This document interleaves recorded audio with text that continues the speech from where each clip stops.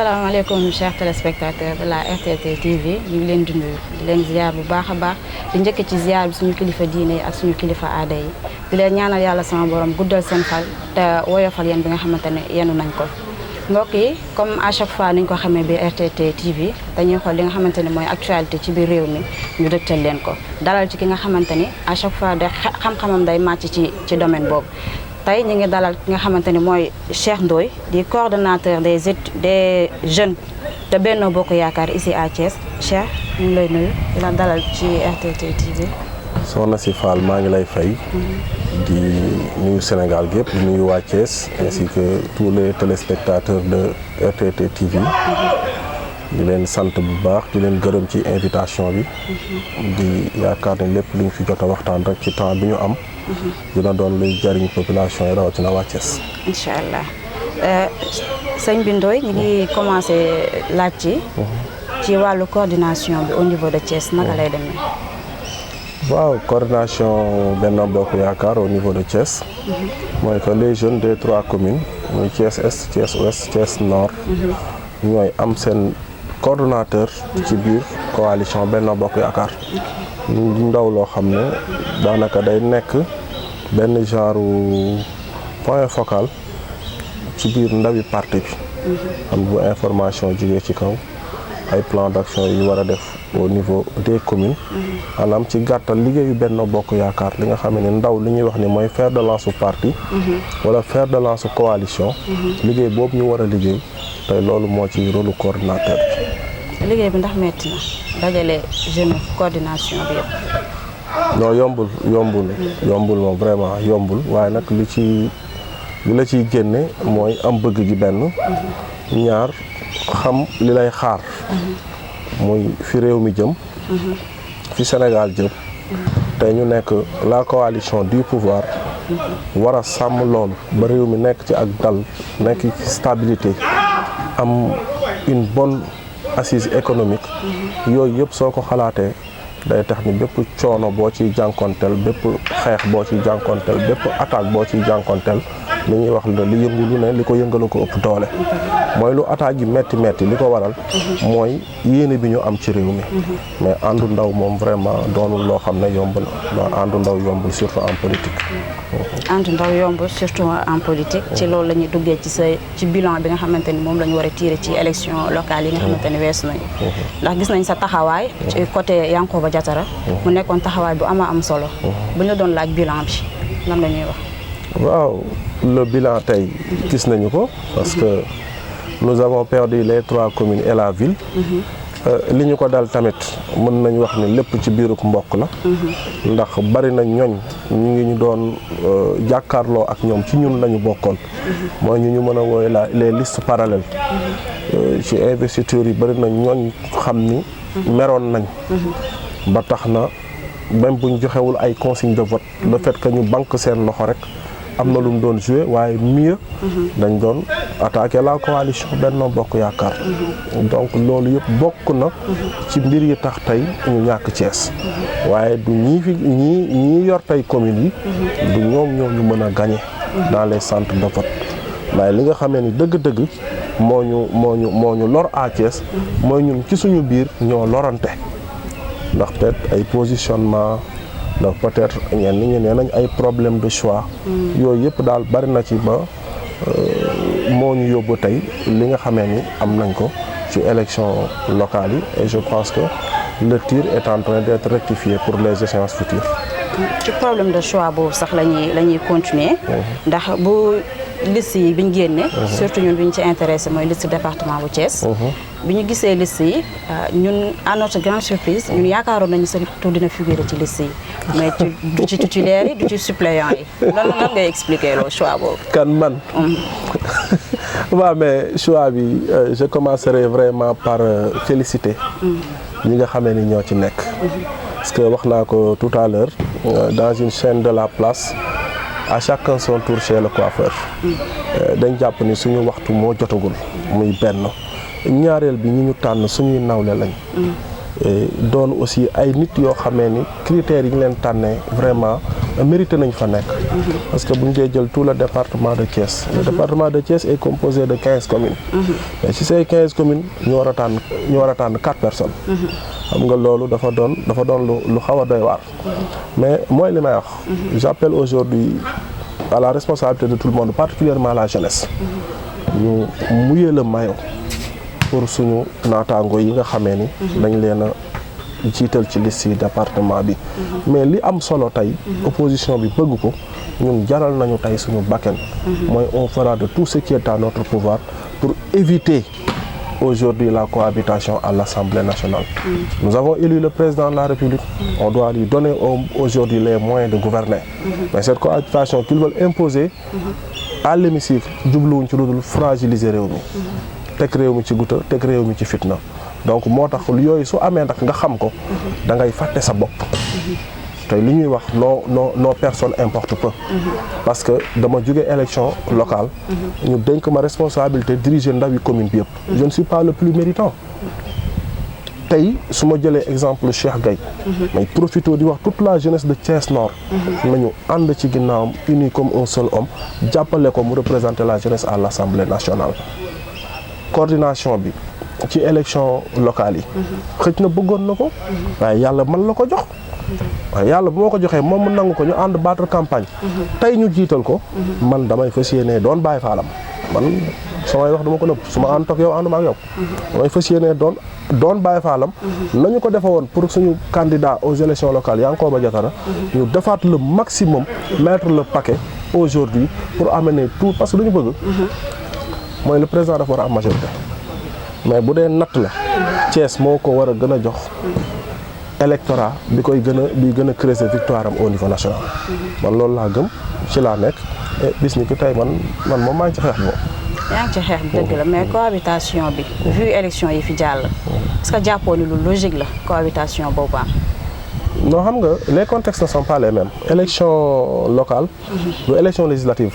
élection locale mënees naa jàpp ni gox-goxaan la nawetaan la ni ñu koy faral di waxe et que même population yi tey gëm naa ni bu démb doon tey duñ ko def. ndax bañ leen falee ba léegi daanaka ñu ngi ci 4 mois. gisagoo lu ñu mën a teg à Thiès parce que xamuñu sax fan la ñuy jaar pour mën a doxal. xamuñu lu ñu mën a teg pour mën a doxal moo tax tu vois le maire génn def ay sorties yu kenn xamul damay toj Mikeland. gis nga la Cour suprême l'a débouté par rapport à ça. On va revoir les contrats de Mbaye Gueye EMG on va revoir les contrats avec la Sonatel Kajoor Glace dafay jug c'est parce que yooyu yëpp aujourd'hui il est temps parce que dem na ba yor xam nga di laajte ak yor bokkul. dem na ba yor te xamatul fan lay teg tànkam et je pense que ni population yi xaaruñu leen woon ci registre boobu. moo tax man la contexte yi bokkul lii nag pencum ndawi réew mi la. fi ñu war a voter les textes règlements et lois de ce pays. bu ñu xool ñoo xamee ni tey dañu wane seen preuve qu'ils sont assoiffés de pouvoir. ñu leen di permettre sax ñu fay am groupe parlementaire waxatuma ak naan cohabitation. bu ñu defee seen i preuve nag. yan preuve lañ def. def nañ ay preuve de moom. fii du fii Thiès de. ñu ngi def ay preuve de. comme lan. mën na ma ni exactement def nañ comme preuve comme lii. ci lu concret. ndax fi mu ne nii may poser question bi yow yaa may tontu mais for nañ ci weewu béy ni ñoom def nañ ay preuve. for nañ ci weewu béy. waaw def nañ ay preuve. xam nga tey ndax lu ci mel ni dénonciation bi nga xamante ni docteur Babacar Diop doon na ko dénoncé. concernant gestion maire sortant bi di. Talla Sylla. c'est une dénonciation calomnieuse. mën nga ko jàppee yàq deru waa ji rek. yàq deram. c'est une dénonciation calomnieuse Talla Sylla mën nga bañ a ànd ak moom Talla Sylla mën ngeen bañ a bokk vision. Talla Sylla mën ngeen bañ a bokk gis-gis. mais Talla Sylla xam nga ni du koy détourner alalu Thiès waay. Talla li mu yoroon war koo liggéeyee Thiès nag. liggéey na lim ci mën. lim comme lan def na ko. Talla il a fait des réalisations. comme quoi. il a fait des xam nga Babacar tey. on ne peut pas vouloir une chose et son contraire. boo waxee ñu ne da nga contre Babacar non duñ ko contre. parce que suñu mag la. te quoi qu'on puisse dire aujourd'hui mooy jaraafu Thiès. mais xam nga boo toogee nga ne da ngay bëgg lancer appel à tous les Thiessois. ku la mën a jàppale ci PACASEN mu jàppale la parce que Thiès a besoin des 250 millions qui dorment là-bas. ba pare bëgg a wëlbatiku tey ne li nga bëgg a def yow da nga koy def kenn mënu la ko teree def. loolu ça montre aujourd'hui la contradiction de l'homme par rapport à ce qu'il gère. parce que autorité tamit lay jéem a wane par. waaw lan mooy wane sa autorité kay da nga koy wane à travers des actions population yi apprécier ko. may leen ko temps yéen tamit. xam nga may ko may temps mi ngi door a commencer. xam nga doon borom kër. jarul bàkkoot ci kër gi naan man maay borom kër. dafal ay action yi wane ne yaay borom kër. Thiès kenn muusa ko mucc te Babacar du njiit li. xam nga loolu kenn werante taw ko ak moom. kon moom jarul muy taxaw naan man maay jaraafu Thiès. ma def ay action ñu xam ne kii mooy jaraafu Thiès mat na ko foofu lañ koy xaar nous l'attendons sur ce registre. pas ci ay affaire àdduna bi moo dépassé xët-xët. defante non dañ ko dépassé bu ñuy defante nañ ko concours ci lu baax. mais tey ma def ko nii tey ma def ko nii lii dina non les gens n'ont pas ce temps bu yàggee sax population yi dañ lay jéppi. te jaru ko. léegi bu ñu dellusiwaatee tuuti ci kaawu Michael Land. Kajoor Glace tax nekk na situation boo xamante ne intéressé na waa Thiès trop. tout à fait ndax affaire bi problème de fond la wala problème de forme la. ndax intérêt politique la wala intérêt général bi moo tax ñuy nañ ma baal ci kàddu di acharné wu ci genre structure yooyu. non franchement moom. Kajoor Glace dafa commencé am. il faut reconnaître que c'est de l'acharnement man à mon niveau acharnement laa ko jàppee. parce que aujourd'hui d'accord c'est un patrimoine de Thiès mais aujourd'hui qui est géré par un Thiessois. et c'est pour des Thiessois. tey ñun ñëpp amul ku fa dul dem. ñun ñëpp dañ fay dem. mais ku xool ni mu meloon démb xool ni mu mel tey donc on peut revoir les termes du contrat loolu amul problème. loolu je pense que tout un chacun est libre aujourd'hui. c'est un bail location la. su bail bi jeexee ñu revoir les délais du contrat. mais xam nga vouloir dire que à tout prix dafay jub boo ko fa jëlee lan nga fay teg.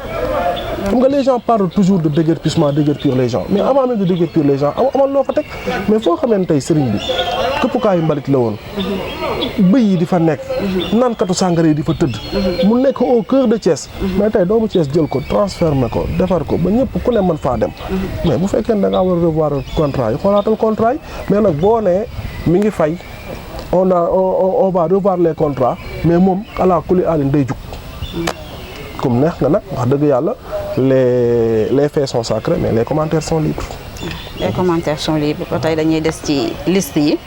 mooy comme coow li parrainage bi. suscité na coow loo xamante ni comme pas possible man parfois je me demande est-ce que jarul woon sax ñu bàyyi parrainage bi. parrainage baax na. franchement filtre bi baax na trop. parce que boo xoolee en 2017. dañu dem filtre bi nekkul woon stratégie politique rek. non même bu dee stratégie politique jar na ko xam nga lu tax. ah bon. élection 2017. dañu dem ak 48 listes. da ngay tànn ba doo xam sax ki ngay voter. xam ne cette fois-ci on part aux élections avec 8 listes. ça montre que les prétendants sont sérieux. loolu moom moo ci am solo. te boo xoolee filtre bi tànn bi saytu bi ak liggéey bu mucc ay bi waa DG def. mais même la liste proportionnelle de la coalition Benno Bokk Yaakaar. tey liste boobu jàllul.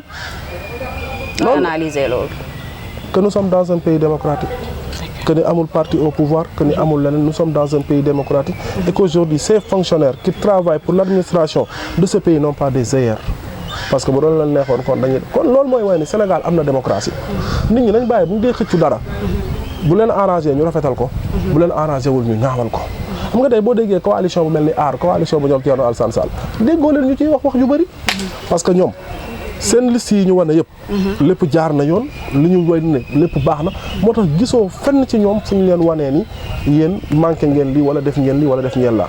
mais xam nga tey yaakaar naa ni soo jëlee l'exemple de Yewwi Askan bi nga xool ni mu demee Dakar. ak après ñoom ci seen biir ni ñuy tamantee ak ndëmm. ñenn ñi di wax xale yi nañ leen wàcc ci mbedd mi. yaakaar naa ni ñii ay tappale ay caaxaan ak yëpp sénégalais yi mënta weesu mais mooy li ma la ne Sénégal. les juges seen yoon nekkul ci daraja nit. ils ne font que dire le droit. tey les gens de l'administration ñi nga xam ne dañuy servir administration kenn takkalu leen ay erreur. li situation bi joxe rek moom la ñuy wax. dire le droit boobu la ñuy taxaw. ndax bu ñu xoolee liste yi bu dee bu Benno Bokk Yaakaar comme bu waa Yewwi Askan bi. bu ci nekk am nga problème. liste département Dakar bu Yewwi moo am problème liste nationale bu Benno n'est-ce pas moo am problème. proportionnel bu Benno. bu Benno moo am problème liste nationale. léegi proportionnel bu Yewwi Askan bi. léegi boobu damay laajte ndax le droit a été dit wala jurisprudence la ñu utiliser foofu. le droit a été très bien dit. parce que le conseil constitutionnel. wax nañ li ñu war a def. maintenant l'arbitrage était revenu à la DGE. mu invalider li mu war a invalider kon le droit a été très bien dit. ah le droit kon wala violation article arrêté ministériel du 2 mars. non rien n'a été violé xam nga du moment que le conseil constitutionnel a permis aux coalition yi nga xam ne amoon nañ ay manquement ñu mën a dem lijjanti seen i manquement. est-ce que du woon bañ coow li moo taxoon ñu bàyyi ñaari liste yëpp ñu dem. non du ma ne bañ coow li la parce que su fa loolu kon fu mu am bu ñu demee tribunal ñu dem defi ji arrangement. non il faut que le droit soit prononcé et le droit a été prononcé. d'accord le droit a été prononcé kon léegi ñëw ci mburoog soow bi. waaw. élection yi passé ku ne xam na ni Thiès vote sanction lañ defoon. tout à fait. waaw léegi ma jàppoon ni xëy na élection yi passé waroon naa servir de leçon à la mouvance présidentielle. léegi ni te sax nag Idrissa Seck dafa am lu mu fi waxoon. daf ni woon. bis buñ ko gañee Thiès dina bàyyi. te apparemment demeewul noonu ndax fi mu ne nii ñi ngi remarqué ñi ngi gis ni mi ngi rassembler toutes ces forces vives autour de Benno Bokk Yaakaar. tout à fait. Ah, mais force est de reconnaître qu'Idrissa n'a toujours pas perdu Thiès. Non, Idrissa n'a pas perdu Thiès du moment qu'il n'était tête de liste d'aucune coalition ci élection locale yi ñu génn. Idrissa avait choisi des hommes qui étaient partis au front. donte njabootam lañ. mais li am solo wax nga ko nee nga il est en train aujourd'hui en bon capitaine. de réunir toute la famille de Benno Bokk Yaakaar. c'est ça qui est l'essentiel aujourd'hui xam nga tey nit ñi fan la ñu war a xool def ci focus mooy nga xool quelqu'un comme Abdoulaye Dièye qui a eu 10 000 voix en ville et qui est revenu aujourd'hui dans le Benno Bokk Yaakaar. Il était parti seul. nga xool quelqu'un comme Habib Niang qui n'avait pas mouillé le maillot lors de ces dernières élections et aujourd'hui qui s'engage à 100% aux côtés de Benno. nga xool Talla Sylla lu mu dee amoon na benn 5 000 voix nga xool Talla Sylla boobu ñëwaat. Aujourd'hui loolu ngay xool ce sont ces grandes retrouvailles et que depuis l'audience du palais le président Idrissa Seck est en train de se déplacer, est en train de recevoir les Thiessois, recueillir les informations, est allé même auprès des populations di leen dem di leen seet yi. kon loolu moom moo am solo tey soo jëlee ci mel ni Medina Fall nga jëloon suñu yaay Awa Doucouré àndoon ak ñoom Ndiaga Wade buntu bi Awa Doucouré je la félicite de passage. Elle est suppléante sur les investitures. waaw léegi ñu taxaw ci Awa Doucouré moom bala ngaa dem. élection yi passé ku ne xam na ni liste parallèle am la demoon. mais tey dafa ñëwaat ñëw na waaw léegi ndax loolu indi ay frustration biir Benno Bokk Yaakaar. xam nga tey li may wax Benno bu kenn frustré nañ xool ci président nañ xool ci lim pare pour liggéeyal Sénégal nañ xool ci lim pare pour liggéeyal réew mi boo xoolee foofu rek doo frustré tey bu ñu doon xool frustration mën na am ci côté yi nekk mais da ngay gëmm loolu ndax lan la nga war a def xam nga tey da ngay mel ni tey ce qui est sûr boo demee dans une zone comme Cité Lamy le président Maodo Malick Mbaye sera l'un des acteurs à Thiès Est et dans le département de Thiès et pourtant mënoon na taxaw kan moo ko gën a yeeyoo kenn gënu ko yeeyoo comprendre nga mais mooy li ma la wax réew mi fi mu toll la nga faaleen bi naan réew mi fi mu toll ku ne man de message boobu laay lancé Sénégalais yëpp na ñëpp votel Benno Bokk Yaakaar. léegi daa am sànq lu ma dégg ci sa biir wax da nga ne ku ci mel ne Habib Niang élection yi passé muyewul mayo te buñ dee xool bokk na ci rare personnes yi nga xamante ni gagné na bureau de vote. waaw xam nga il est maître à Diakhao c'est tout à fait normal mais xam nga tey l'engagement de Habib Niang à quelques jours du scrutin bokkul ak l'engagement de Habib Niang en début de campagne wala en période de pré-campagne. nga teg ko fan. non xam nga tey Habib Niang tey bu génnoon ci local yi teel a wàcc ànd ak Lamine Diallo def ak moom les 21 quartiers de Thiès Nord on allait avoir plus que ce qu'on a eu à quelques jours des élections. je pense que ni Habib Niang mi ngi ñuy déglu wala élément Habib Niang yi ñu ngi ñuy déglu nañu andil ay tontu ci biir loolu ndax Cheikh Ndoye nee na Habib Niang taxawaay bi mu waroon am ci élection locale yi amu ko kon ñu ngi xaar Habib Niang wala élément Habib Niang yi pour ñu indil ay tontu ci loolu loolu lañ bëgg mu indi ko ci législative yi incha allah ñoom Zahra ñoom Ndeye Awa Bey ñoom Younous Diatta ñoom Siré Marigo ñoom ñëpp ñu ñëw indi parce que xam nañu lu muy peser au nord au-delà même de Thiès Nord xam nañu lu muy peser aujourd'hui dans le Benno Bokk Yaakaar. Habib Niang motivé wàcc ci terrain bi ak ñun à Thiès Nord non mais kooku beneen affaire la beneen affaire la jërëjëf ñi ngi ñëwaat aussi ci beneen problème muy élection yi weesu ku ne xam na am na Benno Bokk Yaakaar am na ci ay jafe-jafe réellement tout à fait léegi ni ak jafe-jafe yooyu élection yi passé ak dund gi jamono ji ni mu demee ban discours la Benno Bokk Yaakaar wala tenir à l'endroit de la population. Ah, mais il faut comprendre que la crise aussi est mondiale tey jii en France le litre d'essence est de 2 euros musul am Canada la semaine dernière, c'était à 1400 francs le litre d'euro. Le litre d'essence. Donc la crise est mondiale. Aujourd'hui, vous voyez ce qui se passe avec la guerre en Ukraine. Aujourd'hui, vous avez vu le problème de la CEDEAO avec l'embargo sur le Mali. Périmètre, paramètres, il faut nous tenir compte. Maintenant, nous lançons un appel. Nous allons appeler les Sénégalais, surtout sur le panier de la ménagère. gën a jàppale ndaw ñi gën a taxawu baykat yi parce que ñu ngi jëm ci nawet bi par rapport aux engrais par rapport aux intrants semences entre autres yooyu ce sont des mënta ñàkk beneen bi y a de ces choses qu'on ne veut plus voir dans ce pays ce pays ne doit plus avoir de crise scolaire parce que ñun ñëpp dañu yor ay doom yi jàng surtout loolu dañu yor ay doom yi jàng aujourd'hui l'enseignant je dis dans certains pays comme la Tunisie du temps de Ben Ali l'enseignant les forces de défense et de sécurité le corps sanitaire ñooñu waruñu leen café ci réew donc s'il y a des accords yoo xam ne tënk nañ ko ak ñoom quelle que soit la situation accords yooyu nañ ko respecté nañu respecté accords yi respecté engagement yi ñu jël ak syndicats yi pas pour toog ak syndicats yi di leen jéem a calmer wala bu leen jéem a kii pour da nga jàpp ni dañ leen doon calmer non du ma wax dañ leen doon calmer parce que je suis pas enseignant nekkuma ci mais nous étions tous des syndicalistes à l'université daan nañ négocier ak autorité bi négocier mais dafa toll foo xam ne état lu mu mënul parce que les enseignants entre autres ce sont tous des patriotes ay sénégalais lañ tey fu réew di toll mën nañ bëgg dara mais war nañ mën a toog waxta ak ñoom tenir ak ñoom un langage de vérité boo xamee ni parce que gis nga tey les délégués syndicaux ñoo gën a sonn ci àdduna parce que sonn bi mooy ils sont entre le marteau et l'enclume dañuy ñëw jàkkaarloog autorité bi ñi leen yebal foog ni kee ñu ngi leen di jaay loolu daf ciy am au moment où ñu ngi négocier ak autorité bi ba autorité bi jàpp ni sax kii wegu leen wala respecté wu leen fekk la ñu boot moom moo diis kon ñu mel noonu booy tënk ak ñoom tënkal ak loo xam ne tënkal ak ñoom loo xam ne ni buñ ko yóbboo ca base ba yow kat bu su waxtu wa jotee da nga koy def loolu moom c'est vraiment regrettable qu'on puisse vraiment pas respecter des engagements qu'on tienne avec les syndicats entre autres kooku moom du bokk ci APR wala du bokk ci Benno Bokk Yaakaar wala leneen parce que j'ai des amis aujourd'hui qui sont dans le Benno Bokk Yaakaar qui mouillent le maillot dans le Benno Bokk Yaakaar et qui sont des enseignants ils ne sont pas honorés de cette situation. mouiller le maillot moom intéressé na la. tout à fait. léegi naka ngeen affaire de jeune la affaire de jeune d'accord léegi naka ngeen nar a mouiller le maillot au niveau de la coordination pour élection yi. waaw dara actuellement nii les brigades sont mises sur place. tête à tête. néeg par néeg. kër par kër. quartier par quartier. koñ par koñ. commune par commune. duñu xeeb benn sénégalais. sénégalais bu nekk parce que je me dis que nous partons vers des élections de conscientisation. wax sénégalais yi lan moo xew. wax sénégalais yi réalité bi. wax sénégalais yi ñii lan la ñu namm ci cohabitation ba sénégalais yi xam lan mooy utilité vote. lii dootul pour Macky Sall pour réew mi la. nous le faisons pour le pays. d'accord léegi bala ñuy tëj.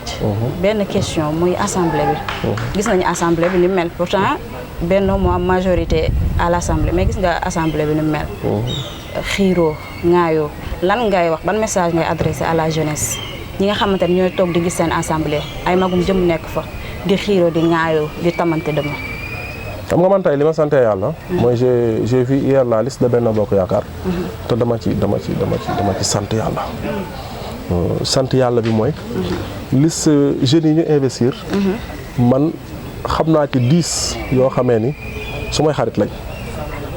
su may xarit lañ loolu moo ma gën a kontaan loo. parce que si je vois Ablaye Diagne. du maire. nga xam ni suñu rakk la. mën nañ ni bi ñu waree tànn étudiant bi war a ñëw au niveau du conseil national de la jeunesse du Sénégal man maa demoon fanaani université néegam coaché ko ba tey ni mu diriger mouvement des élèves et étudiants républicains su ma xoolee Ansou Sané ñu ne 23 juin ñoo àndoon quitté suñu chambre 99N dem xeex yi à l'hémicycle ma gis ko mu nekk ci liste yi su ma xoolee Massamba Samb chaque jour ba biig suma kër la reere mu nekk ci liste yi. kon dafa mel ni liste yi jeunesse bi présent. ma xool Mame Gueye Diop mu nekk ci liste yi nga dem Kolda ma xool Bamal Balde ñoo nekk ndawoon fac lettre bokkoon benn nekk à l'université mu nekk ci liste yi ma xool Cheikh Gaye ma bokk ak moom Thiès Nord bokk ak moom Benno Bokk Yaakaar ñu dëkk Médina Fall ma dëkk Ngent suñuy kër Ngent jàkkaarloo mu nekk ci liste yi ma xool ni tey président a vraiment misé sur la jeunesse contrairement à ceux qui ont une liste boo xam ne doo ci gis jeune et qui disent à la jeunesse de descendre dans la rue. Bonne liste la. Yewwi Askan bi ban jeune lañu investir ba pare di wàcc loo xam ne ci mbedd mi kon xam nga président Macky Sall dafay def te du ko boolee ki wax moom neewul utiliser wul jeunesse bi comme chair à canon mais dafa utiliser jeunesse bi parce que PSE bi mu waxoon ne pour ndaw ñi la daf ko gëm moo tax nag loolu dañ ci bég kontaan ci kontaan goo xamee ni mënuñu koo delloon ci kël lu dul wàcc sur le terrain mu yàlla mayo mu yàlla mayo ci loolu lañ lay jaajëfalee bu baax a baax ci répondre bi nga répondre suñu invitation xanaa ñu bàyyi la da nga joxe kàddu gu mujj gi.